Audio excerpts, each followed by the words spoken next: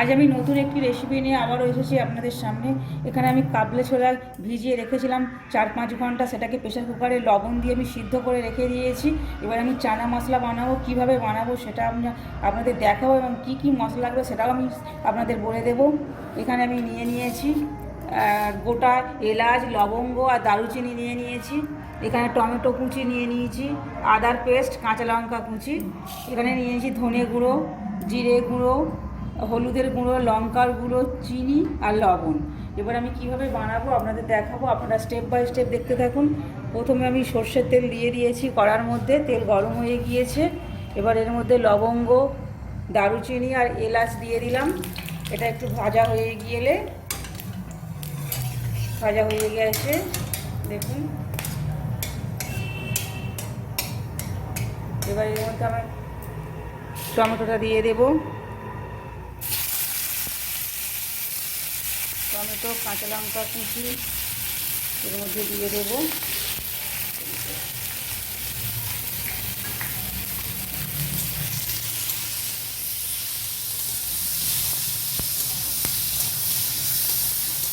এইভাবে একটু ভালো করে নাড়িয়ে নেব, নেড়ে ভেজে নেব। দেখুন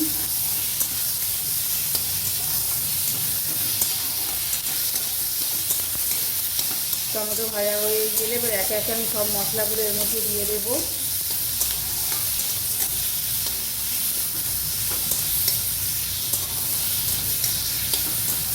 দেখুন টমেটো ভাজা হয়ে এসেছে।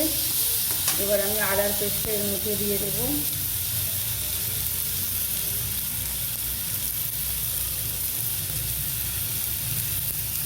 আদাটাকে দিয়ে দিলাম। এবার একে একে সব মশলাগুলো দিয়ে দেবো। এখানে ধনে গুঁড়ো, জিরে গুঁড়ো, লঙ্কার গুঁড়ো, হলুদের গুঁড়ো, চিনি আর লবণ এর মধ্যে দিয়ে দিলাম। এটা একটু মশলাটা ধুয়ে আমি দিয়ে দেবো এর মধ্যে, মিশিয়ে যদি ধরে যায় তার জন্য একটু ধুয়ে দিয়ে দিলাম।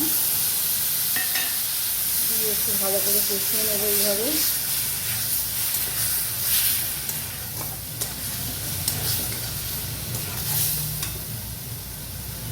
দেখুন এবার আমি ছোলাগুলো এর মধ্যে দিয়ে দেবো।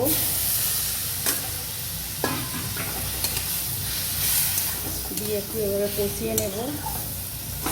লবঙ্গ, এলাচ আর দারুচিনি গোটা দেওয়ার জন্য দারুণ একটা গন্ধ বেরিয়েছে। এটা খেতেও ঠিক ততটাই সুন্দর লাগে যতটা সুন্দর গন্ধ বেরিয়েছে। আপনারা এইভাবে স্টেপ বাই স্টেপ বানাবেন। দেখুন আমার কষা হয়ে গিয়েছে। গুঁড়ো মশলা থেকে গোটা মশলার স্বাদটা ভালো হয়, ওই জন্য আমি গোটা গরম মশলা এখানে ব্যবহার করেছি। আপনারা মনে করলে গুঁড়োটা ব্যবহার করতে পারেন, কিন্তু গোটা লঙ্কার সেন্ট আর টেস্ট দুটোই আলাদা হয়। এখানে কড়াই সিদ্ধ করে রাখা জলটা আমি এর মধ্যে দিয়ে দিলাম। এবার আমি 15 মিনিটের মতো ঢাকা দিয়ে দেবো, তারপরে আবার আসছি। ঢাকা দিয়ে দিলাম। 15 মিনিট পর আমি আবার ফিরলাম। এবার ঢাকনা খুলে দেখাবো কেমন হয়েছে রান্নাটা। দেখুন আমার চানা মশলা রেডি হয়ে গিয়েছে। এবার একটা সুন্দর গন্ধ বেরিয়েছে। দেখতে দেখো কতটা সুন্দর লাগছে দেখতে, খেতে ঠিক ততটাই সুন্দর লাগবে। এটা কম সময়ের মধ্যে বাড়িতে কোনো গেস্ট এলে তাদের এইভাবে বানিয়ে আপ্যায়ন করলে তাদেরও ভালো লাগবে এবং আপনাদেরও ভালো লাগবে। এভাবে স্টেপ বাই স্টেপ বানাবেন, খেতে খুব ভালো লাগবে। বিশেষ করে গোটা গরম মশলার যে একটা ফ্লেভার, সুন্দর গন্ধ আছে, সেটা এইভাবে না বানালে আপনারা বুঝতে পারবেন না। যদি আপনাদের এই রেসিপিটা ভালো লাগে তাহলে লাইক, কমেন্ট ও শেয়ার করবেন। এবং যদি ইউটিউব থেকে দেখেন অবশ্যই চ্যানেলটিকে সাবস্ক্রাইব করবেন। যদি ফেসবুক থেকে দেখেন অবশ্যই পেজটি ফলো করবেন।